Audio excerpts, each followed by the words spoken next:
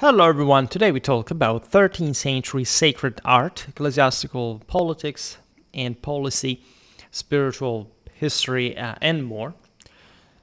Many of you follow me for different type of content, from the Indo-European linguistic mythological series to the military historically themed episodes.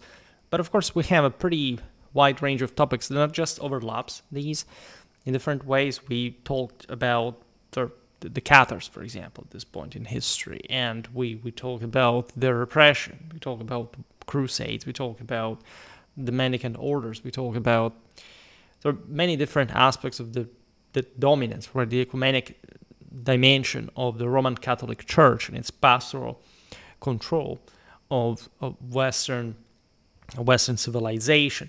So there is always more there to dig up. I feel really that after several years of Schwerpunkt, I just scratched the surface of most of these topics. As you know, this is not really a art or literature channel or whatever, but we tend, in fact, to approach these topics from a lens that is quite useful for our political, military, and social focus. And in part today, we will understand why. Right? We can't start from we just named them. This especially at the beginning of the 13th century, we'll talk about different. We'll go back and forth across the generations, but in general, the Cathars. Right? It was a deep necessity to combat religious dissent in Europe. This was not fundamentally the decision of one head per se. The papal monarchy existed at this point, had successfully consolidated itself since the time of the Gregorian reforms, but it had also dominated European spirituality, right, since Christianization. And the idea that we will see also in more recent videos, that it's mostly the way this is presented, right, because the only type of channels to discuss religious history that I know are fundamentally run by essentially preachers, right? They do so for the sake of that specific. Here we're talking about the Catholic Church, that obviously in Schwerpunkt has a very deeper meaning that I always try to explain, to expound, not as a pastor myself, but simply as a military historian. We also got interested in metaphysics, and also I have a modest subcurriculum in history of religions and Christianity, admittedly. But that's not the point. Like, most of what I discuss here is, and especially in the religious field, is very original. I can say it's original in the sense that I'm coming up with sort of an alternative doctrine. I just discovered, however, that compared to what is normally discussed today, that the way we read history of religion is probably the single most rigged. In many ways, this can definitely mirror the rigging in any other field, right? Given that religion, in the sense, is not isolated per se.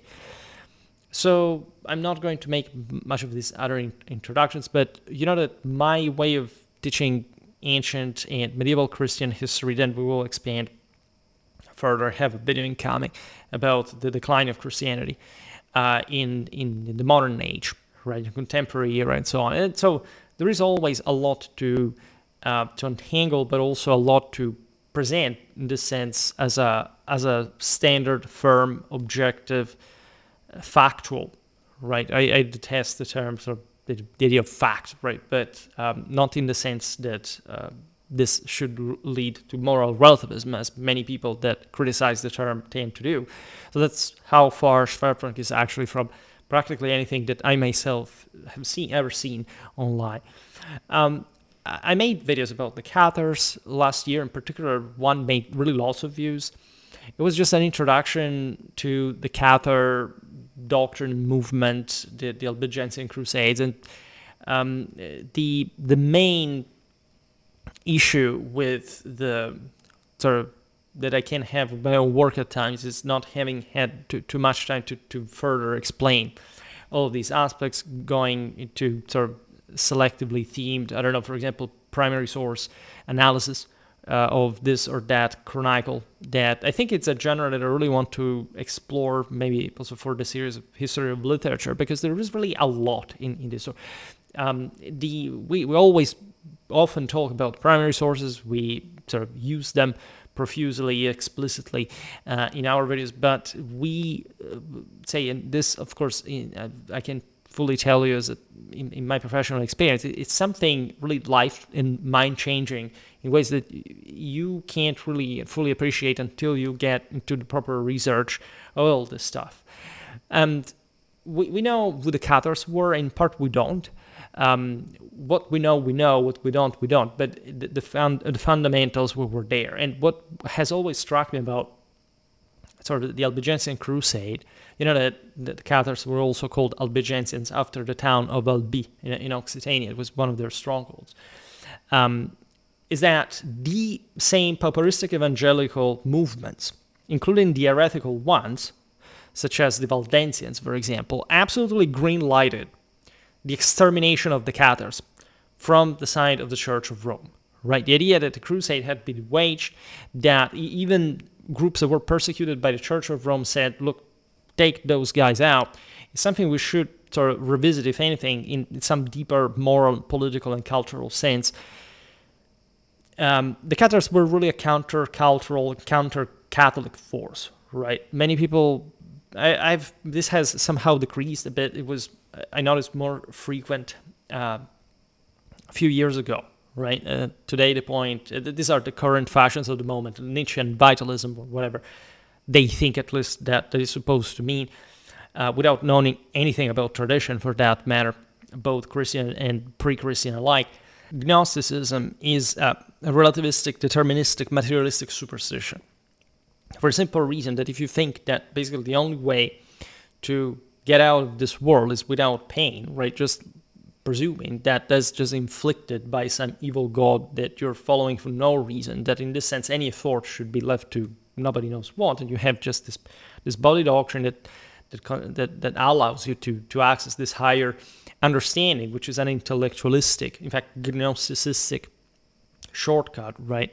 That eventually led, in also in historical terms, the creation of a direct copy of the papal monarchy, with their own inquisition as well. That's how far the Cathars went. Whoever obviously thinks that whoever was fighting the Catholic Church, one could say ever, in medieval times in particular, was a free thinker, has literally no idea about what free thinking even supposed to be. In fact, you would think that they're not free at all themselves. Simply, they are radically underschooled by any sort of primary level of education in first world countries, because these things are overwhelmingly overly documented, not by some obscure sources because I say it, but because we overly studied this in academia historiographically, and we know very well it's also that couple of sources fundamentally.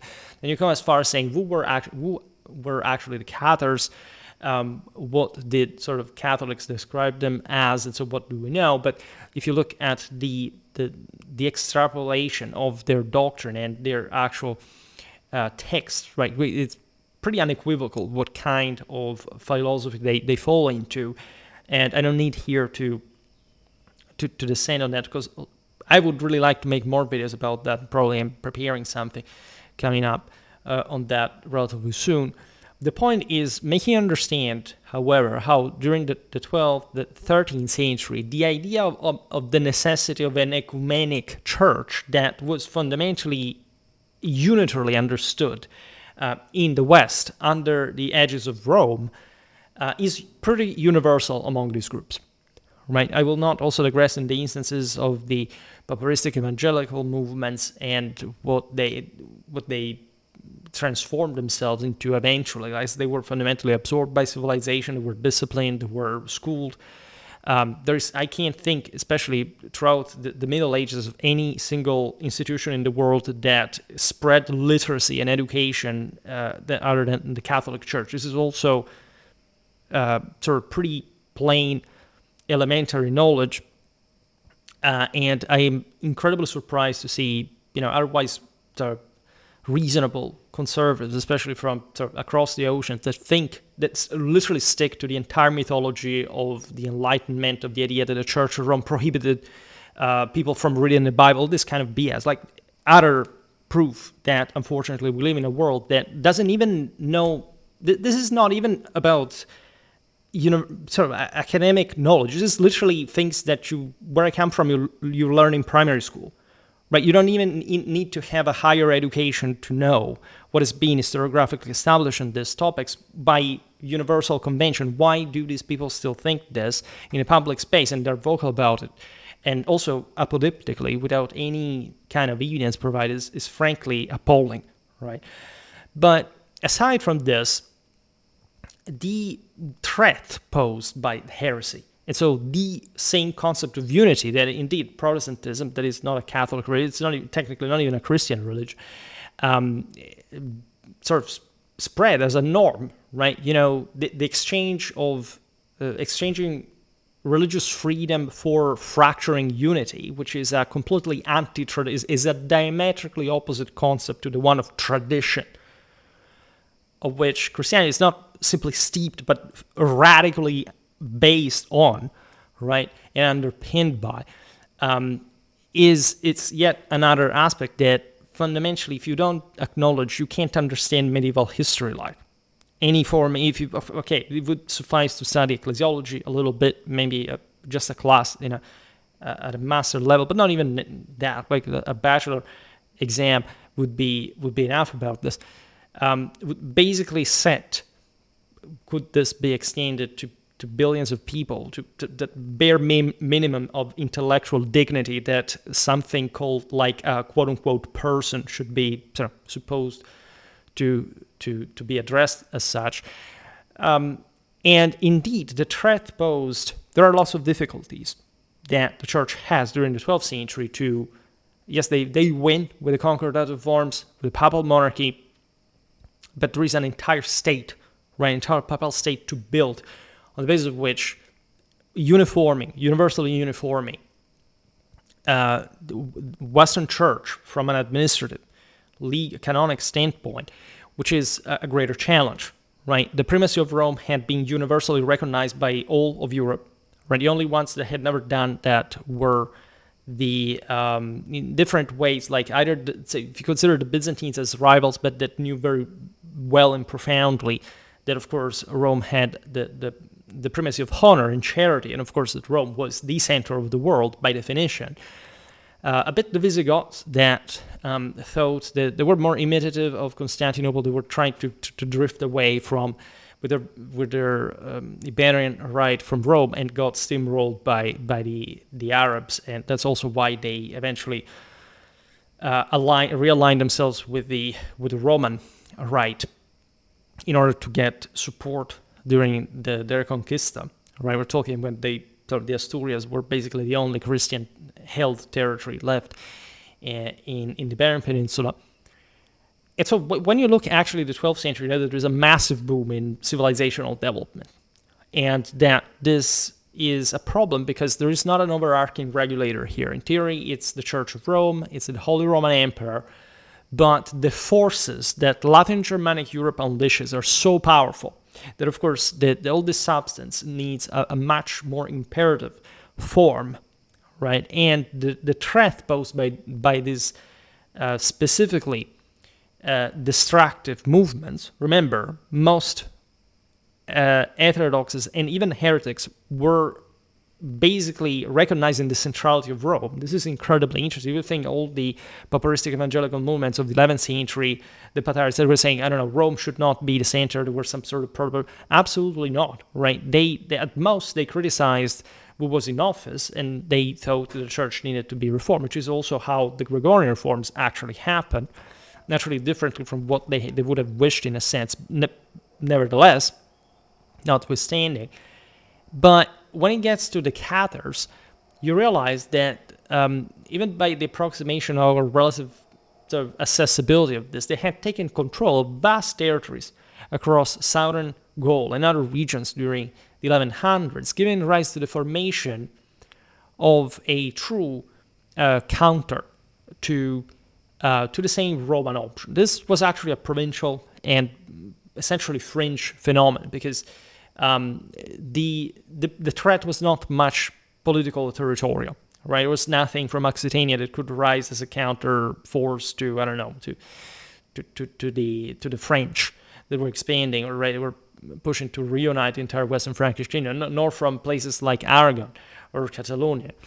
The problem was the idea, right? The Cathars, so this dualistic sect, and there are all various declinations of that, but as you know, the Manichaeans, the Bogomils, if you go back in time, you'll find plenty of this stuff, had been spreading among the, it was a social phenomenon to a degree as well, needlessly to say, among the fourth estators, but also part of the third estators. That's always how germs of revolution are spread. And the Middle Ages made a fantastic work to show how you deal with that. But just as in all these movements, of course, these ideas had spread in the lesser estates of the single most advanced parts of Europe, right? Italy, especially central northern Italy, the Rhineland, different, but they arrived up to England, and Occitania, that was sort of very urbanized, very rich, had witnessed that as well, but also in a less regulated way, right? Heretics had always existed, for example, in Milan, right? It was the largest city in Europe, etc., but it's never like anybody was, so there was ever a moment in which they said, okay, well, but these heretics can seize the control, I don't know, of the commune, or create something on their own. In Occitania, that is a sort of hybrid, if not institutionally wise, a sort of abortion to the degree that there was a county of Toulouse in particular that dominated, but also a commune of Toulouse that had something to say about it. And so there was always this level of also self-sabotage and increasing dependence on external forces they were also fully Catholic. Think about the Aragonese that ended up having their king killed in the Battle of Muret just to help the Cathars.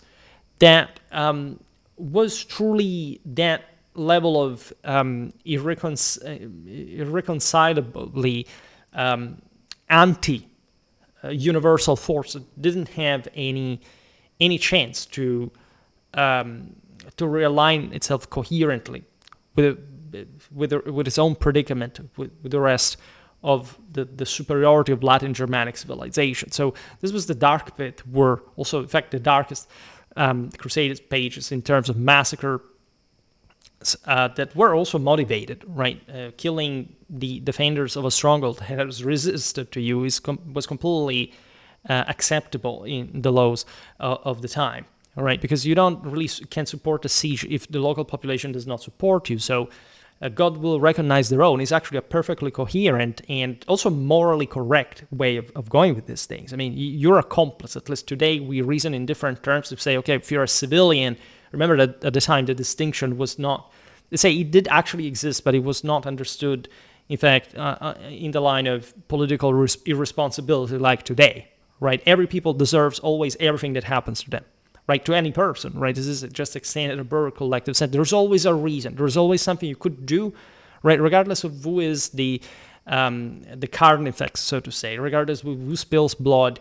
If this happens to you, it's also because you put yourself in a situation in which you could have done. Where do you draw the line, right? In terms of self-defense or greater political strength, cohesion, or capacities of mediation, negotiation. This was radically understood in the Middle Ages. This is what underpinned a truly traditional Catholic civilization, right? This was understood across the entire world, right? And these germs of subversive anti-universalism were destroying the same hierarchy of the castes that, in fact, the global leadership was based on. Right, and I'm very appalled when you find these people online today that think that if you defend a universal position, I said universalism before, any ism is an excess. So, say anti-universal tradition is a better term, but the idea that universal power is somehow, a forced ethnic blending or what, this has literally nothing to do. Like, look at the Middle Ages, for goodness sake. Like, they got it right, still got it right from antiquity. It's nothing to do with that, right? There's not just a rigid case division, but especially for our standards, of course, there are other countries that have a more rigid one, but say castes did not exist just in India. When you say estate, that means a very specific thing also in Western civilization. They altered our own very vocabulary in order to push this sort of anti-traditional, anti-spiritual, anti-divine nonsense, right? Because this is exactly the same fractally, superstitiously provincialistic lesserness that fears phobically, right, as a cockroach, the idea that there is somebody can be more powerful than the others. This is the only reason, right? The alternative is not National Socialism, right? The alternative is look at even what the empire and the papacy could do in the Middle Ages, and then you have an answer, right? And there would be much to say about this also in many other terms, but the response, right, for example, there were the Crusaders, right, that did their job, which was a pretty sort of legitimate one, considering the political situation of Occitania and what had happened already, like in terms of bloodletting. So from the others, from blood spilling rather than from the other side, you have a spiritual response as well. And coming from that same level that was, in fact, as we said here, marginalized, and that yet redeemed itself in one of the single most staggeringly civilizational accomplishments in the history of mankind, right? The formation of the two principal mendicant organizations, the Dominicans and the Franciscans. Pretty polemical intro for a video that is supposed to be about art history and sacred art in particular, right? But this is what the mendicant orders that obviously enough still exist today, and you have also sub branches. There are other forms, are monasticism, etc. But we will come back on this in dedicated videos. But the Cathars really called for it. This dualist, quote unquote, Christian movement rejected the material world instead of transcending it. Right? They denied incarnation as essentially who you are. Right? I don't know if it reminds you of something, like the idea that there is this sort of ghost in your head and your body has nothing to do with that. Your physis does not exist, right? Flesh and spirit are not one, right? In an absolute sense. And so it's this escapism degenerating in literal, this is sort of notorious in the field of catharology, right? In academia. These people were vegans, right? They had a disproportionate role, including in the same clergy, in the priesthood of women, which tells you like how people say, oh, but this was not, I don't know, 16th wave feminism. Of course, I'm exaggerating. Well, thank my eyes, this was the 12th century. People had some human dignity left, right? What I mean is, however, that this was a disproportionately feministic movement and a radical ideology already at the time. Communism was there as well. There was this overall intellectualistic hypocrisy, right, and a refusal to confront themselves with the imperium, with power wielding, right? The idea that, of course, the power of the world is not merely a satanic one, right? Satanism derives exactly from the undermining of power itself, right? The Holy Ghost is the imperium. It's directly proportional to your works, to your virtue. And it derives only from the grace of God. It's the same Nick and Victoria. As you know, the entire Middle Ages, both from the sort of knightly and the sort of clerical side, perfectly knew what the entire aggrandizement, augmentation doctrine of self-sacrifice in holy combat really was, that aimed at redeeming, winning the world. This is present in every Indo-European theology for that matter. I mean, the various branches of the various myths of the various branches of the Indo-European theology. And it was all part of the Catholic creed of Europe way before Christianity and during Christianity.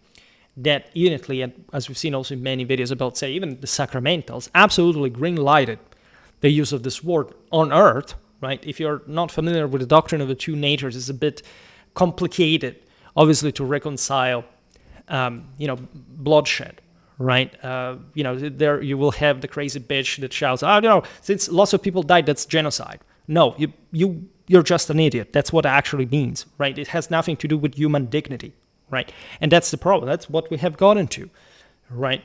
And at the time, they didn't really care. They were actually pretty rigid with each other. There was an incredible level of moral control of society imposed even on the very elite, right? Look at investiture controversy for that matter, or these same sacramentary and penitentiary practices enforced by the community on even victorious nights after battles, because the question was, did you do it perfectly? How much did you waste of life, as opposed to convincing it, in redeeming it on the basis of your pure virtue and force, like you find in all geography for that matter. After Hastings, like it's not like William the Conqueror was a particularly sort of sensitive person as far as human life was concerned, but he organized himself. There were councils held for this, like to determine how to expiate for the damage for the Holocaust, for the level of needless destruction, as opposed to divine elevation based on the body count after massacres like Hastings, for example. This is all very notorious history if you know the 2 cents about any medieval European background. But just for telling you how, indeed, the mendicant orders were an adequate answer to this in different ways. Admittedly, the Franciscans were a bit heterodox, right? To say the least. At least there were some fringes that were fanatic radicals and were, fortunately enough, put down themselves. They managed to survive for a while throughout the 13th century, and eventually they were adequately purged, but also because they had, in fact, remodeled historically after, of course, St. Francis's basis, right, rule on the Dominicans. The Dominicans were really the cut, right? They had developed just what you have. You're contrasting a Gnostic creed, all right? So what do? You battle them on their same ground, in intellect, right? Pride, the sense that they knew it all. And the mendicant orders became, in fact, the top academic scholars of the later Middle Ages, for that matter, starting literally from poor, uneducated, literally mendicant people from the aforementioned pauperistic evangelical movements of the 12th of the 13th century. And so just think about the Catholics again, rejecting all the principles that we listed before, right? They understood literally the world not as a product of your own sin, and so your fall from the higher nature, and therefore the direct reflection of your own active fault, not something that was impressed on you. It was just a poor handling of the Bible, for that matter, as the creation of an evil principle instead, and attracted both popular and noble support in Languedoc until the Albigensian Crusade, launched by Pope Innocent III, one of the single most easily in the top 10 most important people in the history of mankind, in 1209, right, and concluded by the Treaty of Paris in 1229. Fortunately enough, by the way, this was an agreement signed at Meaux on April the 12th that year, by which Raymond VII of Toulouse submitted to the French crown and church, permanently transferring much of Languedoc into royal domain and ending the independent southern principalities as well. And we'll make more videos of that, because that's an incredibly interesting, of course, war per se. The French did not immediately seize like the Occitanian lands in the south. There was a lot of that kind of secular issue, but it was all baked into like the same church that the Catholics had been launched, and so and started to structure already. So fairly complicated history, but when you see it more from the close, everything sort of makes sense. That's how, the Catholics held the 2 opposing principles govern existence, which is already like why are there these principles to begin with? The doctrine of the 2 natures in Catholicism, in any other Indo-European religion, is pretty clear about that. Where is the true being of God and true omnipower, right? Many Christians still today have an issue with understanding that, for example, divinity exists in plenitude, right? Also in the moment in which it intervenes in the lower nature, as it is divine by definition, right? This is also an interesting aspect of Christology. Christ was always divine according to Christian teaching, but doesn't mean that he didn't actually fight and attain divinity while still. But providence is not just ubiquitous, but it's eternal. Right, and that's also why the Spirit stands, right, with the Father, the moment of creation above the waters. You have there all the 3 principles, as a matter of fact, that we described already in the Trinitarian roadmap to practically any actual belief that existed also before Christianity. Now, the the Cathars essentially split the world into two opposing principles governing existence. One good and spiritual, the other evil and material. Right? There isn't any force in Catholicism that is not God. Right? And so there is no condemnation that you didn't inflict upon yourself. Right? God does not, in the sense, even from the higher nature, simply intervene. You're just an hologram that can't be full, right? And that's why, according to the Bible, Satan rules over the world. Not because there is actually a Satan in the guise of somebody who can oppose the higher nature as such, right? There is just somebody who strives and fails because does not understand how to reach that, right? And so that force is definitely not one that can threaten anyone up there. It's a force that reflects your own imperfect, so incomplete, and actually mostly degenerating existence in the lower nature, right? There is a spark of divinity. This is something that some Gnostic sects claim, and that Catholics say, well, if you use this term, is incorrect. No, it's not incorrect because divinity exists in plenitude only in the higher nature, right? So whatever is in the lower nature is not divine unless it becomes divine from sort of a time perspectively deviated idea of time as we have in the becoming of the lower nature, right? And therefore, even though the sparks exist, it's not divine in the sense it's not God plainly, right? But it definitely acts, right? And in this sense, is capable of coming back to the one. So according to the Cathars, the visible world, the human body, and the sacraments of the established church were regarded as the work of the evil principle, because any reference to incarnation was evil, right? They rejected the idea, of course, that Christ had incarnated, that there was in the even the cross per se as a piece of wood was considered as a product of the devil as such, and so they didn't even venerate icon. They were a pretty fanatic bunch in many terms, and going against again all possible, not only even at this point the so-called Great Schism already existed with Constantinople, that was in theory meant to be still the same church, but I mean, even if you look at Eastern, Western tradition, basically everything that had been established in matters of orthodoxy was unequivocally debunking all of this. And again, I'm sorry that today we have to talk about art. If you're wondering why we're digressing here, because it's important to understand also where this stemmed from. What did this art celebrate? What was its aim? What was its theology, right? And what, in this sense, did this come from politically, morally, culturally, right? But we'll make many other videos on these theological matters. If you're interested in the iconoclasm, I don't know, you can check the Byzantine history playlist. The Cathar so-called perfected members, in fact, the perfecti, underwent a rite of spiritual baptism called the consolamentum, which already by itself tells you what kind of whiny victims they were. Again, if you're a communist, a vegan, a feminist, like there is not another worldview but this one.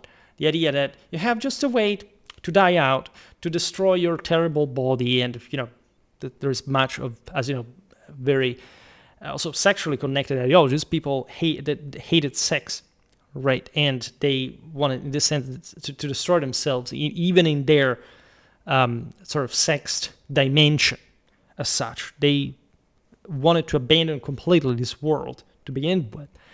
And in this sense, lived in strict abstinence from meat, marriage, and material possessions, which does not mean in the sense that they didn't have possession. They actually did. Their church had, but in this sense was understood as employed in more communistic terms.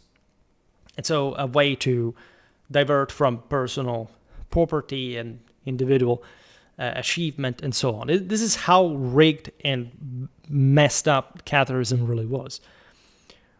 The more ordinary, sort of rank and file Cathars were known as the credentes, so the believers, supporting the perfecti, and to draw the line there, according to what that would have been still a human standard, which is terrifying, and received the consolamentum only at the point of death, as a matter of fact.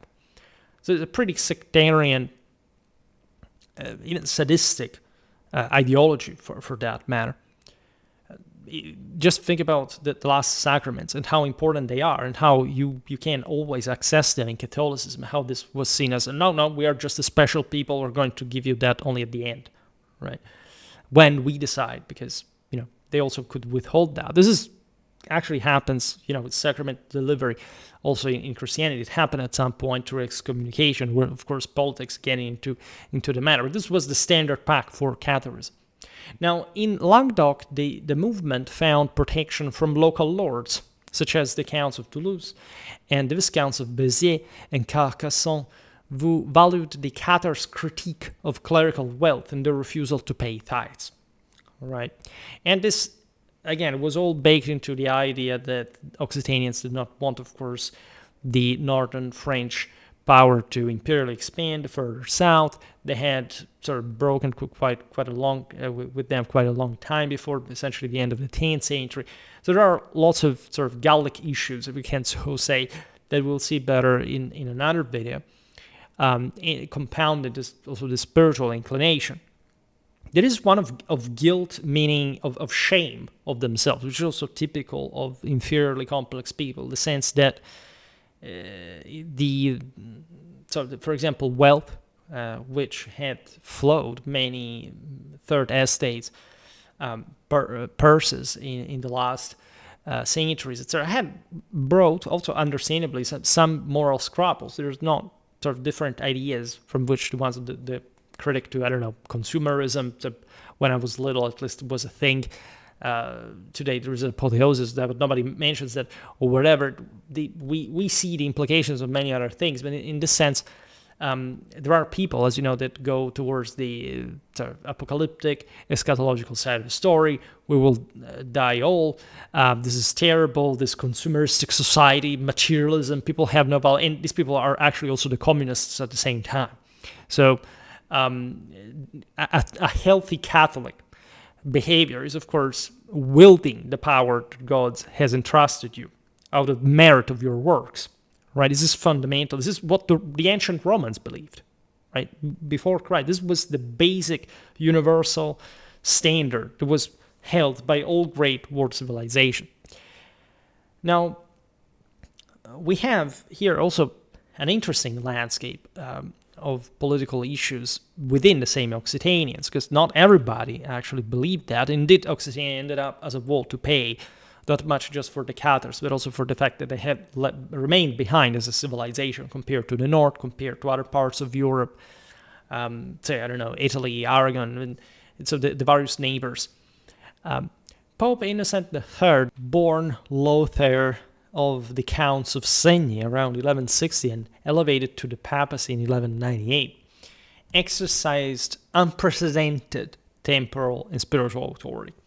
As we were saying before, easily one of the top, most important people ever lived. Under him, the Church of Rome reached its greatest relative power, right? Pastorally speaking, in terms of reach, intervening in imperial elections, launching the Fourth Crusade that diverted to Constantinople, and systematically confronting heresy through both preaching and force before his death in 1216. His Fourth Lateran Council of 1215, I made an entire video about that, codified reforms that shaped clerical discipline for centuries and simultaneously authorized the continued military pressure against dualist strongholds. We also recently seen, we also already did quite some time ago, the role in coordinating the Reconquista, the Battle of Alarcos aftermath, which he salvaged the Castilian-led coalition that in 1212 scored the greatest victory at Las Navas that disintegrated Islamic Spain. So we're talking, again, an unspeakable figure. Probably this autumn I'm going to make a biographic video about him, because at this point it's impossible. Actually, we should make an entire series of several tens of videos about Innocent III, but we shall start somewhere, right? We already have, in fact, some videos dedicated to him, In fact, the one on the Fourth Lateran Council, 1215, where the Pope required every adult Christian to confess annually and receive the Eucharist at Easter, defined the doctrine of transubstantiation, and ordered that bishops appoint special preachers to combat heresy. The same assembly also confirmed the earlier decision of 1209 to grant the lands of unrepentant heretics to those who would seize them by force, thereby giving legal form to the crusade already underway. Right, a person with an incredibly sharp, granitic, but at the same time, incredibly envisioning mind. Right, one of the greatest thinkers of his era, to say the least. Now, this development brought into focus once again the perennial dilemma that had sparked debate and conflicting opinions across many generations, whether the church, operating as an institution built on power, wealth, and material possessions, could truly continue to be viewed as the authentic heir of the humble and impoverished Christ, or whether it should be condemned outright as the ultimate sinner and a servant of the adversary. Right? Naturally, we'll know the answer to this. It's completely fine for, of course, an earthly substantiated power to have the means of its own subsistence, especially as they are devoted to the further strengthening of Christendom, like in Innocent III's time in an unequivocal way throughout the history of the Roman Church, without any doubt. These questions were relevant, however, at the time, because indeed, as we've seen, there were groups that were relatively critical, at least, of the clerical lifestyle, which is always in terms of the official, not of the office, criticizable. There are ways to manage the office that naturally are translated in canonic doctrine. This is a time of enormous juridical production, for that matter as well. I think that the Decretum Gratiani was never fully integrated in canon law by the church. But Innocent III was, for example, a person of staggering legal expertise and one, in fact, of the finest juridical thinkers, also among other things of his era, right? With a crystal clear theological connection to the same. Criticism aimed at the ecclesiastical hierarchy were often extremely fierce and, according to many, fully justified. The deep yearning to return to the original roots of Christianity had always been, if anything, a trope, if not an excuse. Like, say, okay, but then what are you particularly doing, right? Is it a matter of the church per se? What are you personally doing in the moment to change this? And to which political and social context do you belong, right? What is that bringing to the table? Like, what kind of orientation you're looking at? As I said before, everybody was fully aligned with the Church of Rome, except practically the Cathars at this point. It was not even, say, all these layers of that we dismantled throughout modernity of, say, not stopping to care about spirituality. It's not about the Church of Rome per se. It is obviously the only possible metaphysical horizon, but it's especially the more you dig into traditional meaning that most sort of self-satisfied religious people objectively today do not have. They have probably not ever brought to see it, right? To see it in a applicational sense. This is not Gnosticism in the sense that there is a body doctrine that you have to follow as opposed to what your priest says, right? This is literally knowing and understanding how the church came into being, for which purpose, not reading simply the Bible per se, right? That's not how it stops, right? The Bible itself is written by people that may have not necessarily known the best. Fathers of the church often disagreed and had also ways to look at the Bible in less literalistic terms. I mean, it's plenty, actually, of this gets to even the beginning, the arche. If you look at creation, the days of creation, how St. Augustine saw already them as some sort of metaphor, etc. So we're talking the reason why there is even a church to begin with obliges you to fully understand what that's about, because spiritually speaking, that is supposedly the point of it all, right? There are ways to that can be more or less ascetic, more or less mystical. But the question is, if you don't get the point, and if in focus you have this obnubilation whereby you don't even understand what's the purpose of religion, right? Or even of spirituality to begin with. Well, the question is, maybe you're not the most sensitive to this. It's not like necessarily you're one of those who would have more difficulties to eventually go back on the right tracks, but definitely you're more distant in the moment from it. It's not what we're going to discuss per se, but it's important to always read this historically. We made lots of videos about even, for example, the later medieval heresies. Well, there is a staggering collapse compared to the previous ones, right? At least the Cathars were at some level preserving millenary knowledge that was counterculturally and dualistically sort of infesting and poisoning the well of traditional spirituality, but again on this long doctrinal basis. You read the Lollards, you read the Hussite, in the 15th century, these are people who didn't even know what they were factually talking about in theological terms. And so exemplifying the lesser-ness of let's call it post-traditional rather than modern people, because modernity, frankly, doesn't even exist, technically speaking. It's a mistake to attribute all the problems to modernity. There are lots of things that happen in modern times that are actually pretty okay and pretty traditional. And that should be salvaged as such. Who wants to tear everything down is no different from a heretic. Actually, they are, because they are truly dualistic and they're truly, in a sense, iconoclastic in so many different ways. There was, and just to witnessing during the 11th to 12th centuries how important the issue of the church reform was, bringing to the St. Gregorian reforms in the 11th, in fact in late 11th to the early 12th centuries, is that there was even greater intensity in this deep yearning to return to the original roots of Christianity. This is not simply being poor per se. I made some videos about Peter Damian. This was a person who, as you know, is one of the greatest theologians of the era, and he literally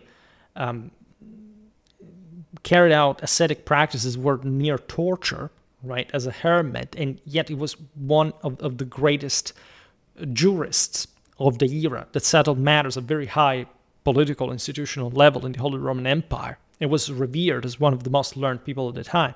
So those are the best examples, as a matter of fact. And this is the point. This was happening exactly with the greatest intensity, not outside, but inside, quote-unquote, mainstream Orthodox Christianity. Meaning that, of course, the rebellious fringe is there for a reason always, right? There is a specific function. It's not to have this Orthodox core sclerotized, right? But by definition, the fringe is always scum. The fringe is always less qualitative. The fringe can come up with an idea, but not how to implement it, right? So they exist at the fringe of the world because they are the sort of cannon fodder we use to experiment different stuff, and then more competent and dignified people enable them. And this idea that the deep yearning to return to the original roots of Christianity was the stronger in intensity inside mainstream Orthodox Christianity was true, especially for those believers who did not consider themselves heretics. They didn't even try that, because that is already a problem to self-define yourself in that way. Admittedly, most of these heterodox or even heretical groups did not actually consider themselves a heretic, right? Had no desire, in fact, to be identified as such, and yet clearly so, the urgent requirement to reform the foundational, especially institutions of everyday life and social conduct. And this was not just a matter of the clergy. This was a matter of the whole world. That's yet another very important aspect of the story. Church and state were always divided. That's why Christianity even existed to begin with. Right? People will think that church and state came to be divided up to recently, because before it was a terrible church dictator. They absolutely have no clue about sort of how even medieval institutions, traditional institutions used to work. Right? They were always metaphysically separated. How do you think that church and state could be the same thing when something like the investiture controversy happened? Right?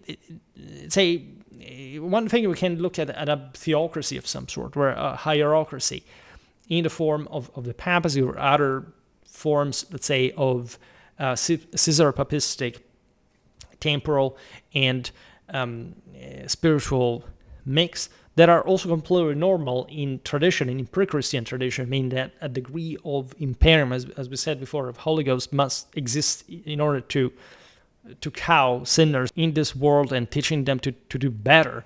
But in this sense, nobody at the time thought that there could be such a thing like an empire without a papacy, right? An empire without a church. Just as much nobody thought that there could be anything other than the Roman Empire and Romanity as the sole metaphysical underpinning of the entire universe. Now, when we look at the Mendicant orders, this is the background, as I was telling about before. We have to extremely seriously take in consideration when looking at the Dominicans, the Franciscans, the respective journeys of which were naturally dictated by their founders, right? So Dominic of Guzman and Francis of Assisi, right? A Spanish and an Italian that stood in dramatic contrast in many ways, just as their personal profiles and ideological programs differed sharply from one another. Good biography on St. Francis, St. Dominic. I made something about Francis, just like introductory chapter many years ago, but say it was just a minimal reference talking who was Francis and why.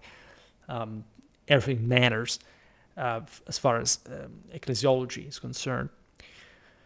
Dominic the Castilian priest, born in Calarwega in 1170, who died in 1221, after these crucial years, as we've seen also the pontificate of Innocent III, in fact, after securing the same papal approval for the order of preachers from Honorius, at that point Innocent had gone in Honorius III in December 1216, so immediately after his departure. Following provisional encouragement, however, received, in fact, by the same Innocent III at the same Fourth Lateran Council, was educated in the Cathedral School of Palencia and ordained in Osma. Right, so an all Spanish background. He first encountered Catholic communities while traveling through southern France in 1203-1206, accompanying Bishop Diego of Osma.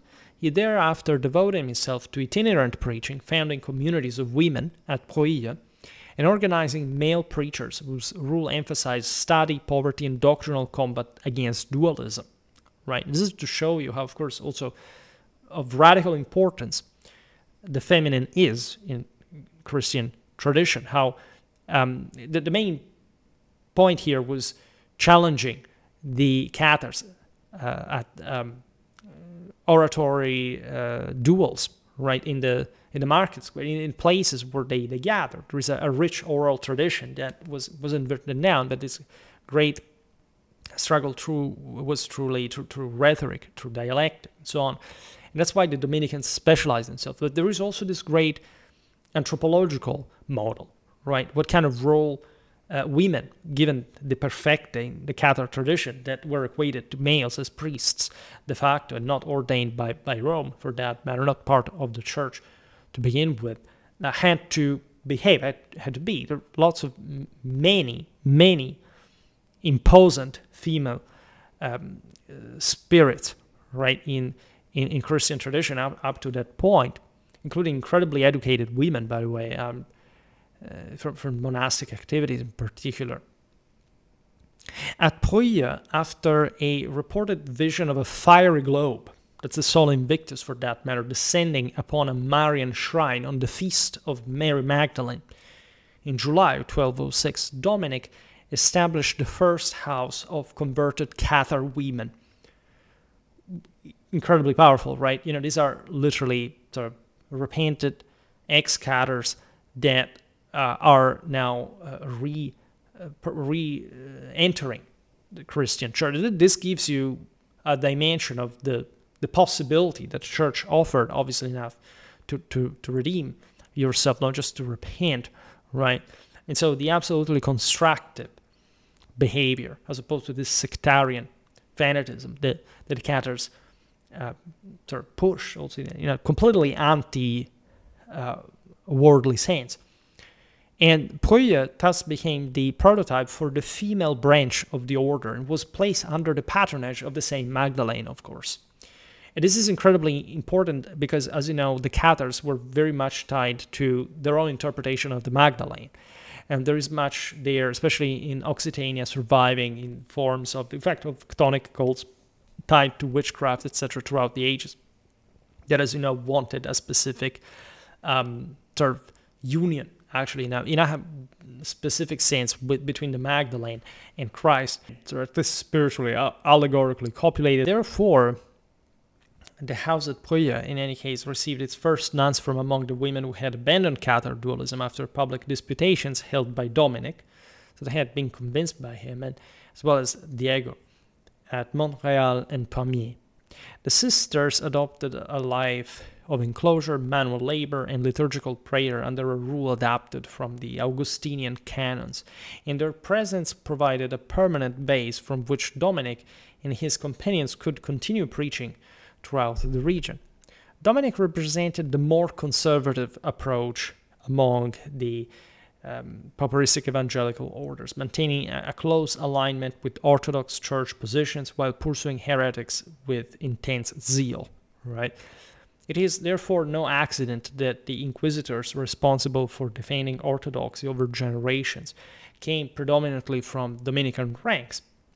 Nor is it coincidental that leading intellectuals of the late Middle Ages, most notably Thomas Aquinas, born around 1225 at Roccasecca, to the counts of Aquino and received into the Dominican order at Naples at age 17 before synthesizing Aristotelian philosophy with Christian theology, something that everybody today can do, obviously, an overarching universal metaphysical explanation, sort of successfully, coherently integrating the major philosophical systems of the world, like something that, surely you can ask AI how to do, right?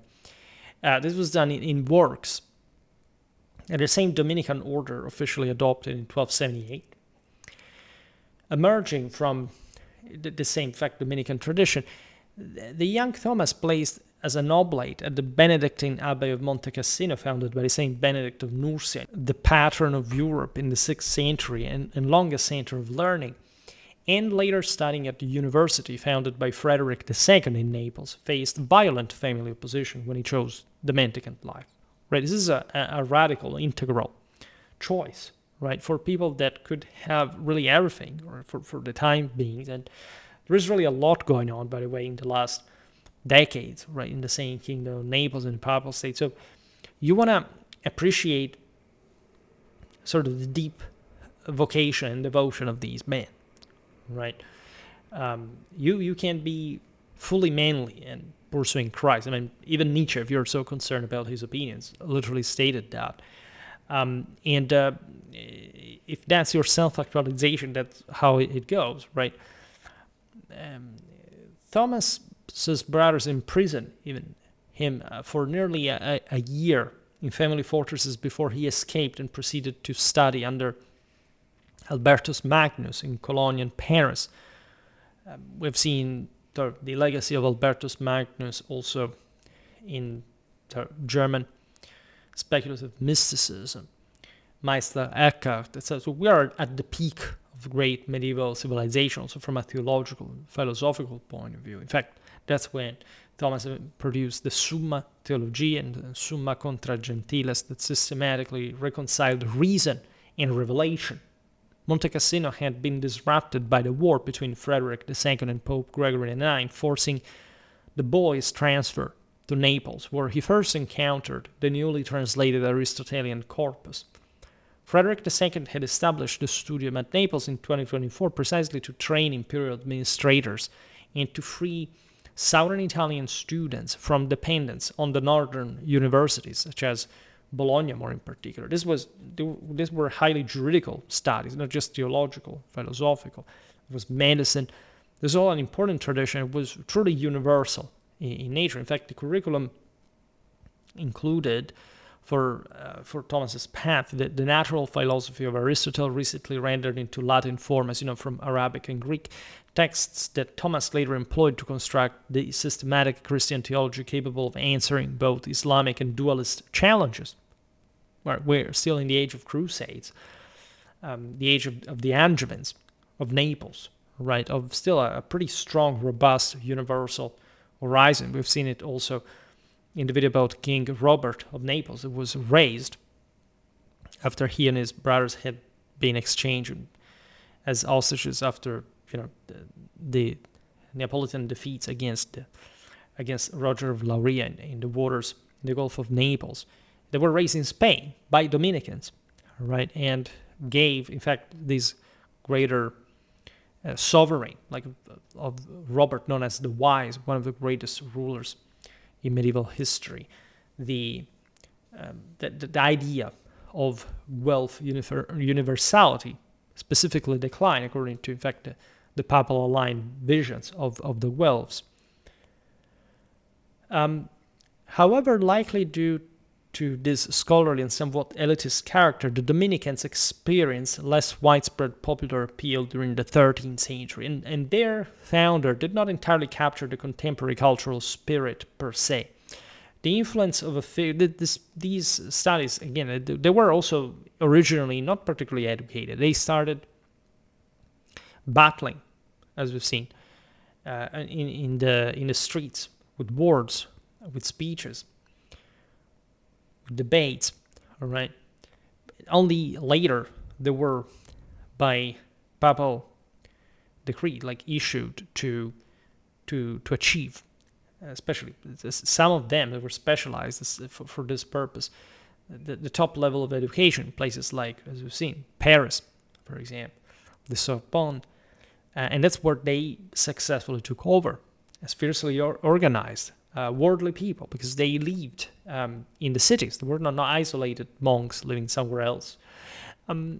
Now, the influence of a figure such as Thomas Aquinas would only fully establish itself, for example, in the 14th century, in spite of his sort of acclamation also in life. 14th century, where he came to serve as an elite intellectual capable of articulating orthodox Christian doctrine in a comprehensive and universal manner. But the 13th century had been tougher, right? His thought was sort of more and better reappreciated later. By comparison, right at the outset of the 13th century and well before his passing and later canonization, also Francis of Assisi presented himself as an unprecedented type of saint, to say the least, so remarkably distinct that he was regarded almost as a second Christ in local tradition. And you immediately understand the mysticism shrouding this extraordinary figure in Western spirituality, right? Saint Francis, the patron of Italy, as a matter of fact, just as Saint Benedict was the patron of Europe, born Giovanni di Pietro di Bernardone in Assisi around 1181 or 1182, to a prosperous cloth merchant and a mother of Provençal origin. That's why he was called Francis, which means French, right? That's how far and wide Italians travel, especially look in this case, Central Italians with Provence. There was a very tight connection, right? These were the same cities. Provence is in Occitania, and then sort of in the broader sphere of those radical influences. There was a lot of mysticism around, and the Italian Third Estate are becoming overwhelmingly rich at this point in history, like in the case of Francis' clan, Francis' father. They start feeling this burden of wealth. They start thinking that there's something destructive about it, right? That they can't simply accept it per se. That there is another way, one of ascesis, of abstinence, of deeper metaphysical focus in someone's spiritual life, right? We'll come to appreciate this better if we start, especially some saint biographies that we should at this point also start. As you know, Francis experienced as a consequence, a radical conversion. After military failure and imprisonment, other incredibly important aspect of Saint Francis, he was a knight. He fought, right, in the army of Assisi against his neighbors. He was captured, right, and the destruction, like these were people who lived. This is typical, especially of the Italian communes. We've seen it many times that the various clans that ruled the Italian cities were quite stratified, were quite diversified. They had the knightly element, they had the mercantile element, the juridical element. And these men, these were all absolutely fixated with self-sacrifice and holy combat. And the entire point, Francis suffers this massive trauma. It is all one with the achievement of the higher nature, right? This is to be seen also in the later crusade.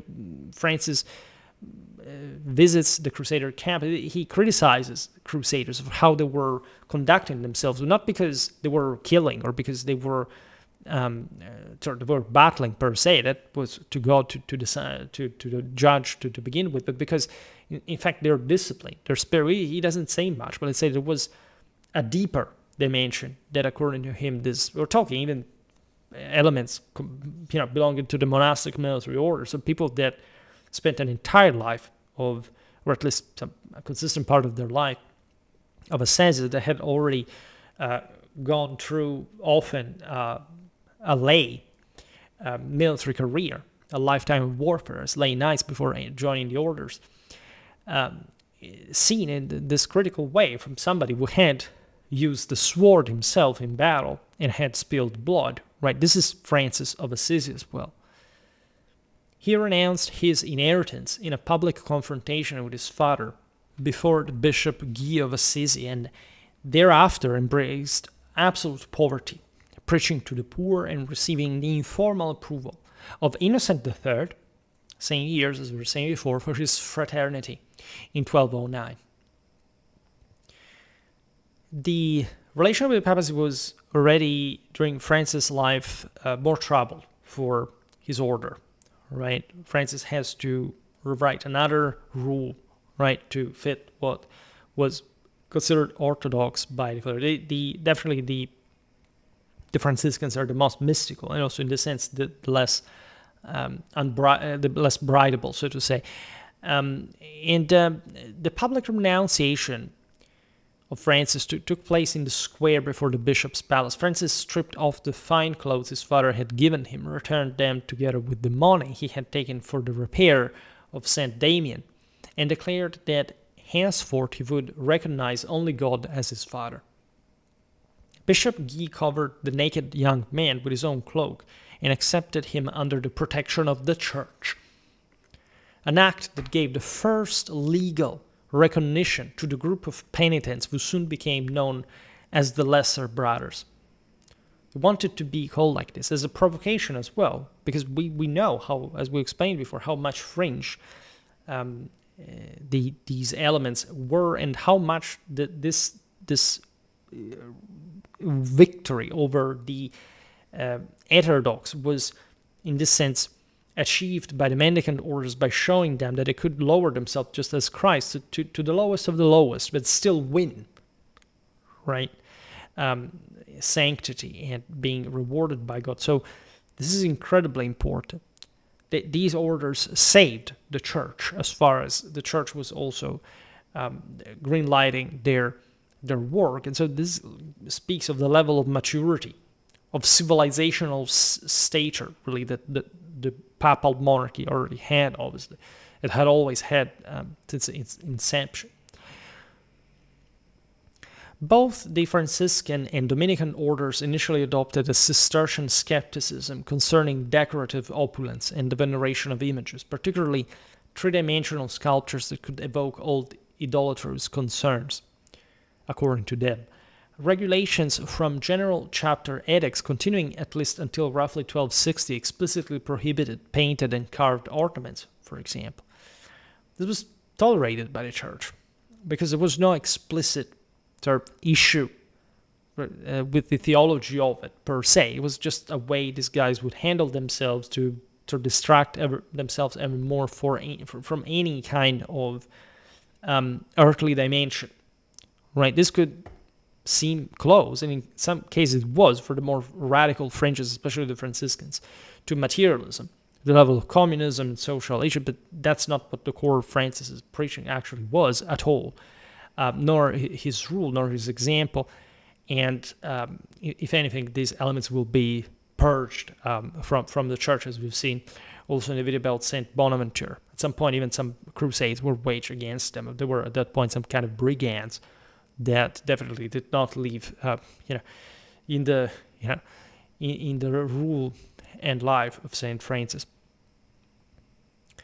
These orders, this is true also for the Dominicans at least. It is part of the imagery, right? It was allowed only as far as Christ, the Virgin Mary, and the order's founders were concerned, and even then restricted such representations strictly to church choirs. Nevertheless, the actual conduct of the mendicant orders, and particularly that of the Franciscans, developed rapidly into something quite different. They demonstrated a deliberate concentration on visual media and an ability to harness its power that quickly went well beyond any strict restrictions. This is incredibly relevant because, of course, much of sort of the beautiful art of the era eventually derives from this. The Franciscans, in particular, soon, this is very interesting, recognized the great strength of visual communication for religious outreach and shaped their core identity directly around the physical figure of Francis. Altarpieces and expansive fresco cycles actively spread his likeness and recounted the story of his life. Some very beautiful hermetic signs are, as you know, quite famous. If you look at La Verna, or there are many others. You have beautiful fresco cycles in these places, again, that are in the midst of the nature of the mountains, of the forest, but have this fantastic inner representation of Francis's life and accomplishments. These accounts developed within the official texts of the order that recounted Francis' life, and they were controlled by church authorities, right? And for this, because they involved miracles, etc., so the church had to supervise this to be fully sure that this was not just some sort of Trojan horse. And these were known as the legions, right? Included groundbreaking contents that could not simply be fitted onto traditional hagiographic models as well. It was really extraordinary. And also the level of devotion that Francis had sparked for that matter. Specific milestones, such as the stigmatization, where Francis became the first saint to receive this miraculous event in a clear attempt to draw a parallel to Christ himself, occurring according to tradition on September the 17th, 1224, during a 40-day fast on Mount La Verna, we mentioned before. This is in the Aretine district, after a vision of a seraphic angel, right, along with the nativity scene at Greccio, staged on Christmas Eve 1223, in a rocky grotto near the hill town about 50 miles north of Rome, with villagers reenacting the Holy Family and crib containing a live ox and an ass after Francis had returned from Rome, where Pope Honorius III had approved the definitive rule on November the 29th. There's a beautiful cycle by Giotto, as you know, live St. Francis that I use here also in the pictures. The crib especially, as you know, is a massive tradition, especially in Italian Christian festivities, etc. It's a living reenactment, essentially, of Christ's birth. Right, it's one of the most. It's a very sort of Southern European kind of vibe. It's more chthonic, but it's in this sense closer to that sort of lower element, that abyss, that, as you know, as we've seen also in the work of Indo-European theologians, that where the divine is born and eventually evolves from. And there's all an incredibly beautiful theology specifically surrounding incarnation that had been the great issue, as we've seen also with dualist Cathars, that the crib represented, right? The cheering angels, but especially the comparticipating world, right? The ox and the ass that are happy, right? Giotto provided us one of, again, what the most even unquantifiably impacting masterpieces in the entire history of mankind. Like Giotto's So cycles, the Giotto frescoes in general, are easily more important than roughly 95% than existing countries in the world, right? We shall make obviously a bit about that as well, to say the least. Well, this all owed to Saint Francis. All this stuff existed entirely without earlier iconographic precedent. At the same time, that's how really new, right? Really innovating. How within the track of a reformed Christianity, right, a reformed church, like this would break free from the participation, the redemption of the last, and so their injection in the great augmenting Augustan civilization of the imperial Catholic tradition. Besides, also these sites are very interesting. La Verna is a remote Apennine peak granted to Francis by Count Orland of Chiusi in 1213. Just, of course, the local nobility was very sensitive to this as well. By the way, these people kind of knew each other, right? Because all these Umbrian cities were, again, with knights, merchants that are like pretty much going at war together, etc. They knew the various families. They knew also Francis I was very rich. La Verna is a place of solitude. It became the site where the wounds of the Passion appeared on Francis's body during this hermetic experience, an event attested by Brother Leo and later interpreted as divine confirmation of his conformity to the crucified Christ. Honorius III, elected in 1216 and reigning until 1227, confirmed the Franciscan rule of 1223, known as the Regula Bullata because it was sealed with a papal bull that prescribed absolute poverty for the order, requiring the brothers to live without property of any kind, to work with their hands or beg for their daily bread, and to preach only with the permission of local bishops. It replaced the earlier, more flexible rule of 1221. That's sort of the papal supervision that we're talking about before, and thus bound the order permanently to the ideal of evangelical poverty, while simultaneously supporting the Dominicans. The situation required artists to invent brand new visual formats, sometimes borrowing compositional frameworks from related or structurally similar subjects, and in doing so it catalyzed a massive expansion in the visual repertoire available to artists of the period. This reality stands out unmistakably in the primary monument of the order, the Basilica of St. Francis in Assisi, which until recently had been protected from both natural disasters and human destruction. To observers today, it seems almost unthinkable that such an architectural masterpiece, which had stood untouched for 7.5 centuries, suffered catastrophic damage in the earthquake of September 1997. Two successive shocks on September the 26th caused the collapse of the vault above the entrance in the first bay of the upper church, killing 4 people, by the way, and destroying sections of the frescoed ceiling attributed to Cimabue and others before a major restoration campaign returned the structure to public access. Naturally, this work of art before being lost into the earthquake was overly documented, right? But from several centuries, in fact, since they were established. The second tremor, magnitude 5.8, struck while inspectors were examining earlier damage, bringing down the vault and reducing portions of the Cimabue frescoes to tens of thousands of fragments that required years of painstaking reassembly. Right? This was a massive work, and a chapeau to all involved in this grandiose work. Well worth of the planetary magnitude of these masterpieces of art.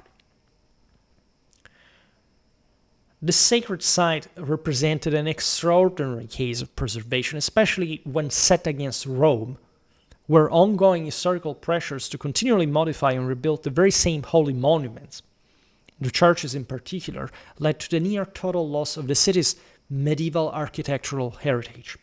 Right? What you see of Rome today is largely classical ruins plus Renaissance city.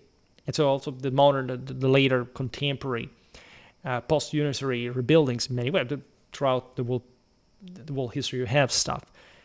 Rome was once a massively fortified medieval city, right? And admittedly, Rome has plenty of medieval stuff, but it's somehow not so univocally on display, right? You hardly hear people saying, okay, well, I like the church actually because it's medieval.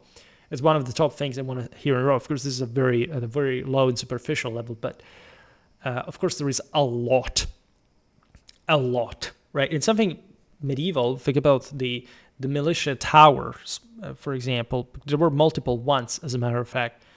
There are actually bigger than what you see in terms of classical monuments. People walk across, walk along the imperial fort. They don't really think that, because we have been told, I don't know, that the Middle Ages did not exist, were not as developed, or even beyond classical civilization. In any case, in Rome, this is also quite evidently displayed, right? And it confronted to this, and we made some videos about 13th century Rome also recently, all the wealth that existed there, and wealth that had compounded, as we were saying before, also the criticism towards the church, its temporal power. We made videos about Frederick II's siege of Rome. There is all a very strong, robust commune that is also very aggressive, very imperially minded. It's like as if in a classical legacy in Rome that systematically subdues the various towns around, but the papal monarchy manages to keep it under check, at least for its own convenience. And so confronted to obviously the ecumenic scale of Romanity, the church in Assisi served and continues to serve as the burial shrine of the order's founder. Right? Construction of the basilica began immediately after Francis's canonization in 1228 under the direction of Brother Elias of Cortona. These are all Umbrian names, for that matter. We will make at some point some original history episodes about each of these cities. You have the lower church consecrated in Assisi around 1230, and the upper church completed and consecrated by Innocent IV in 1253. The dual structure, as you know, there is essentially literally a higher and a lower basilica, because Assisi also develops in this hill, right? It's one of these sort of hilltops in the Umbrian mountainous landscape. The dual structure allowed simultaneous access for pilgrims and liturgical use while embedding the saint's tomb at the architectural and spiritual center. Elias, a skilled organizer who had served as Francis's vicar, oversaw the rapid erection of the lower church over the saint's burial place and the subsequent Gothic elevation of the upper church, creating a pilgrimage complex of unprecedented scale for a recently canonized figure. The lower church, built into the hillside and supported by massive piers, housed the tomb in a crypt-like space that could be approached by pilgrims without interrupting the liturgical services conducted above. The upper church, with tall pointed arches and large windows, provided a luminous hall for the celebration of the Mass and for the display of the narrative cycles that would soon cover its walls. Centered around this double tomb featuring a lower church with distinctly Romanesque architectural features alongside an upper church constructed in this heavily Franciscanized, by the way, Gothic style. Italian Gothic is very peculiar, not just like sort of Franciscan one that was sort of simpler as you understand. And you see it well, like in Assisi's basilicas. There emerged the visual narrative cycles that established the most sensitive subjects: the persona of Francis, the precise nature of his sanctity, and his relationship with both Christ and the Church. The earliest cycle, made up of 10 episodes divided evenly between the narrative of Francis and the Passion of Christ, is found in the lower church. It dates to approximately 1260 and is credited to the Umbrian artist generally known as the Master of Saint Francis. That is worth of a name enough. The second cycle, far more celebrated and created near the end of the century, stands as the definitive foundational work for the Renaissance of Italian painting. Spanning 28 distinct scenes that detailed the life of France's traditional art history attributes these compositions to the debut of the era's most renowned master, the individual who carried out a radical change in more, to say the least, in contemporary visual systems. As we said before, a figure whose sort of artistic relevance is, again, also easily in the top 10 to be brought, like fitting other elements in there in the history of mankind, Giotto. Giotto di Bondone, born around 1267 in the Mugello region, north of Florence, northeast of Florence, also the Medici came from there, and active until his death in 1337. Right, it is documented in Assisi by the early 14th century and is credited in later sources with transforming the rigid frontality of earlier styles into volumetric, emotionally expressive figures set in coherent spatial environments. Right, his entire work is a testament to transcendence through the traditional occult, right, of the divine. Right, you can't perceive the noumenos, so to say, behind these figures. Right, you can't understand the level of sort of properly the power of mankind, the flesh and the spirit, against a world transfigured by Christ. Right, this is something that Giotto was only able to do the way nobody else ever surpassed this ever, and you have to be able to read this type of artistic style theologically, right? Not simply sort of enjoying the sheer beauty of it. If you're interested in the general context, because Giotto is definitely more of an early 14th century figure, so I made a video about the Italian Trecento and also this staggering civilizational output between Tuscany, Rome, Naples, and so on, because this was the axis of wealth dominance. And of course, like the Mendicant orders had deeply sustained. We've seen it also in videos about some Pfaffenkönig like Rudolf of Habsburg and his son Albert, that I recently made a biography on. We've seen it again in the video about King Robert. We'll be able to appreciate this further because we haven't quite explored wealth ideology per se, what this meant civilizationally speaking, how it was obviously still very deeply connected with the concept of imperial power in a broader Catholic sense.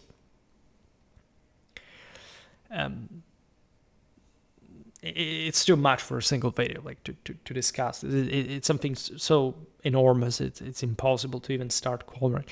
In any case, Florentine historical tradition began by Lorenzo Ghiberti in the 15th century and greatly expanded by Giorgio Vasari in the 16th, promoted a narrative of Italian art history that positioned Florence at the absolute peak of leadership and dominance. Ghiberti, the Florentine sculptor and goldsmith responsible for the baptistery doors, right, in Florence, included brief but influential remarks on earlier painters in his Commentari. Right, this is Renaissance stuff, right? Vasari's lives was of the most excellent painters, sculptors, and architects. Is one of not just a great piece of the history of art, but proper of biographic history of all these various giants, right, of Western civilization. First published in 1550 and expanded in 1568. As you know, Vasari lived at the time of Michelangelo, constructed a theological history, in fact, culminating in the high Renaissance and systematically elevated Tuscan artists above all others. Within this historiographical framework, only Siena came close to Florentine standards, and since Siena is also a Tuscan city, it simply reflected the same regional culture. It's a very Florentine-centric mentality. This is actually a problem in Italian cultures in later history and it spread abroad. Like if you sort of realize how civilization impacting Machiavelli's work is. Not that he doesn't deserve it. The Florentines were really artistically the best, right? But the idea sort of to provincially enucleate themselves, to insulate themselves also from the rest, is somehow pernicious. All right, there is much more history and art also outside the staggeringly advanced Florentine tradition, to say the least. Right, there's no doubt that Florence became at this point the most advanced city in terms of artistic fashion. But I mean, also in the previous centuries, there had already been a lot going on. Florence had been technically a newcomer in some ways. There was some inclination. There was a sort of an office in the commune dedicated to the arts as early as the 11th century as well, but at the same time, it's a bit of another story. In fact, perhaps the greatest crime by Vasari in this Florentine-centric idea is that Rome, in his analysis, is virtually non-existent, right? And represented by a single biography of the medieval Roman artist Pietro Cavallini, that is yet again another giant of Western art, indeed, right? But in that sense, he couldn't, even Vasari couldn't avoid to mention Cavallini. The late 13th century painter, mosaicist, whose surviving works in Santa Cecilia in Trastevere, in Santa Maria in Trastevere, so that's for saying that amount of medieval legacy of Rome, demonstrate a classicizing naturalism independent of Florentine development. So a much more nobiliar one, a patrician, a senatorial one almost. It's incredibly fascinating, some incredibly beautiful Romanizing characteristics of this. And this is what Cavallini was placed against dozens of profiles dedicated to Tuscans for Vasari. For Vasari, Giotto was the supreme artistic genius. And in this he was right. A demiurge who single-handedly reshaped the visual world. Right? He was right. He functioned as a precursor to the Renaissance, who immediately cast aside the rigid Byzantine artistic conventions that still partially burdened his esteemed teacher, Cimabue, the Florentine painter and mosaicist, active from roughly 1240 to 1302, who is regarded as indeed one of the first major Italian artists to move beyond the Italo-Byzantine style. If you actually look at what Italians were doing, even within the Byzantine visual tradition, Byzantine Italian art is always more advanced than the Byzantine art of Constantinople, ever since the Roman Empire. And this also says a lot about sort of the vexata question that we indeed vexed further Schwerpunkt, considering the completely inexplicably ununderstandable, I think just a decade old at this point in time, conspiracy, mental illness, that would like to make you think that the Byzantine Empire at any point was more advanced than key countries like Italy or Gaul, for example, throughout any stage of early of the Middle Ages, we would say, but for people who even have any doubt, also rather. But was it even for the early Middle Ages? Complete nonsense. We debunked this in many hours of videos, but let's say dedicated to the specific topic. Those who can search on a YouTube channel will be blessed at some point.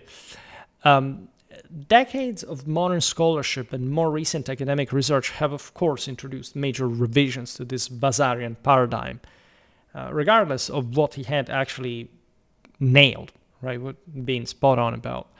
Alongside Giotto's vital contribution, and indeed as the necessary precursor that made his work possible, a variety of more subtle factors must be taken into account.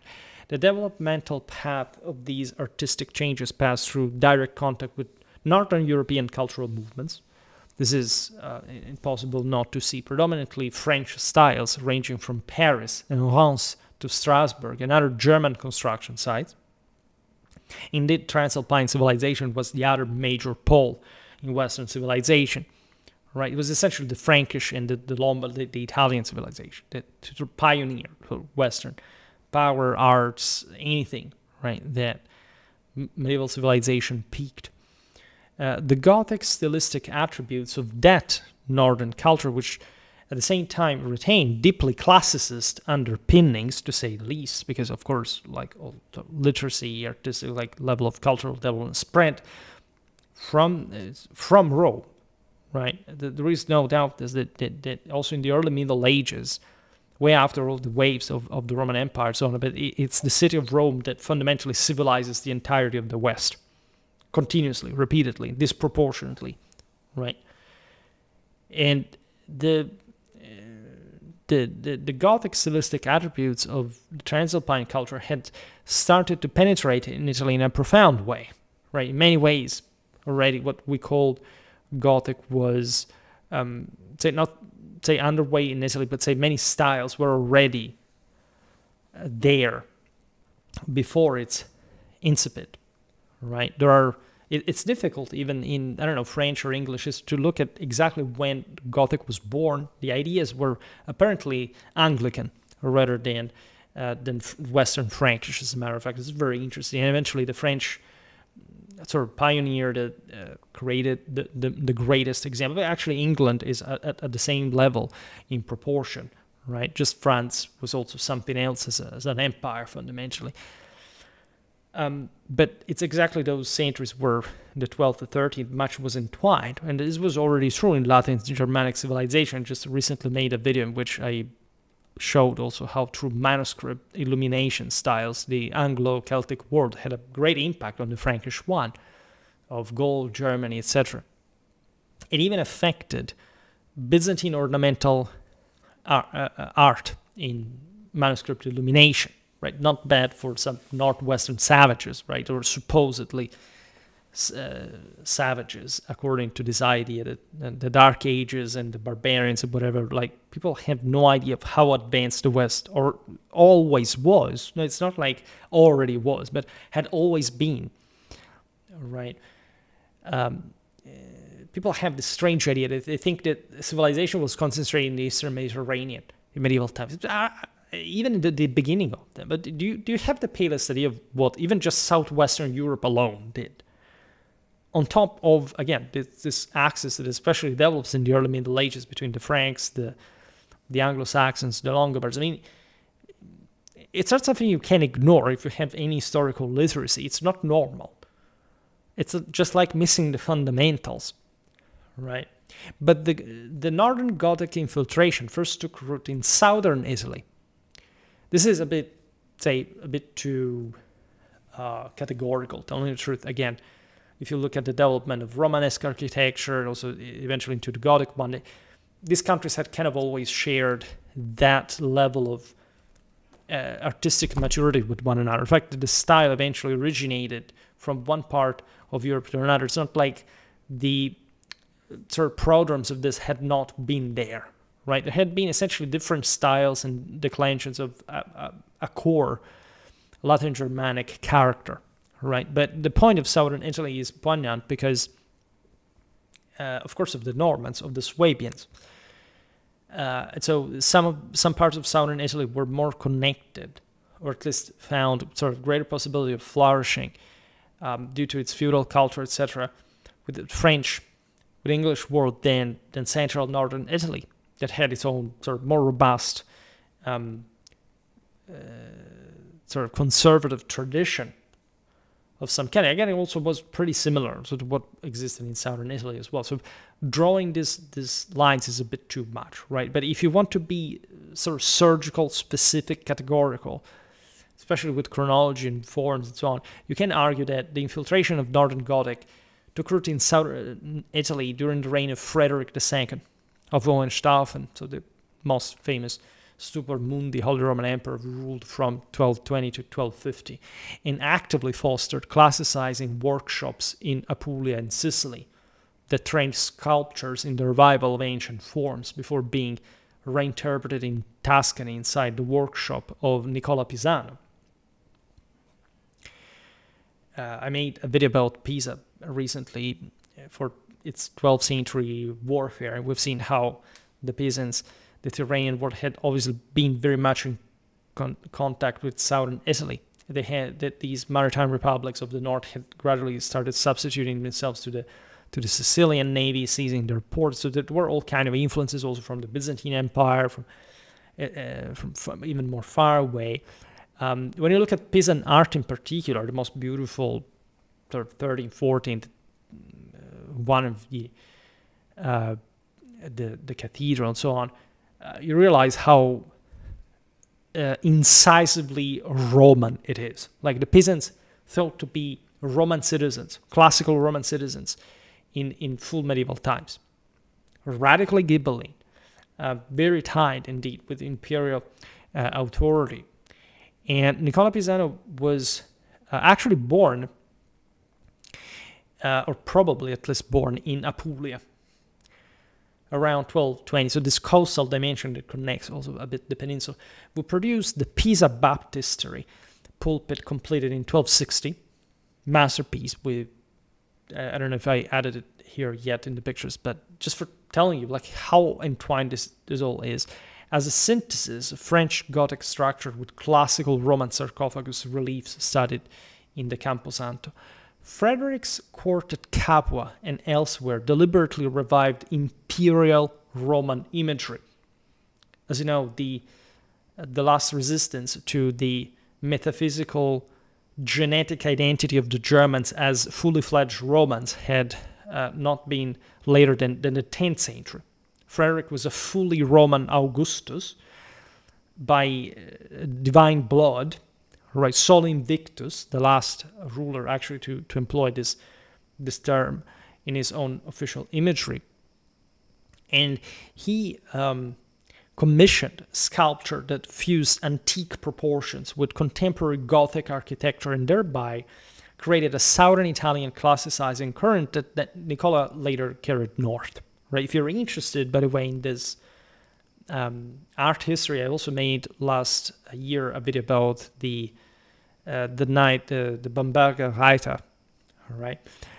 And that, as you know, is deeply tied to Frederick II's mystical and heavenly views. So if you're interested in this kind of symbolism, please check that out. Just for, again, a splendid piece of German art.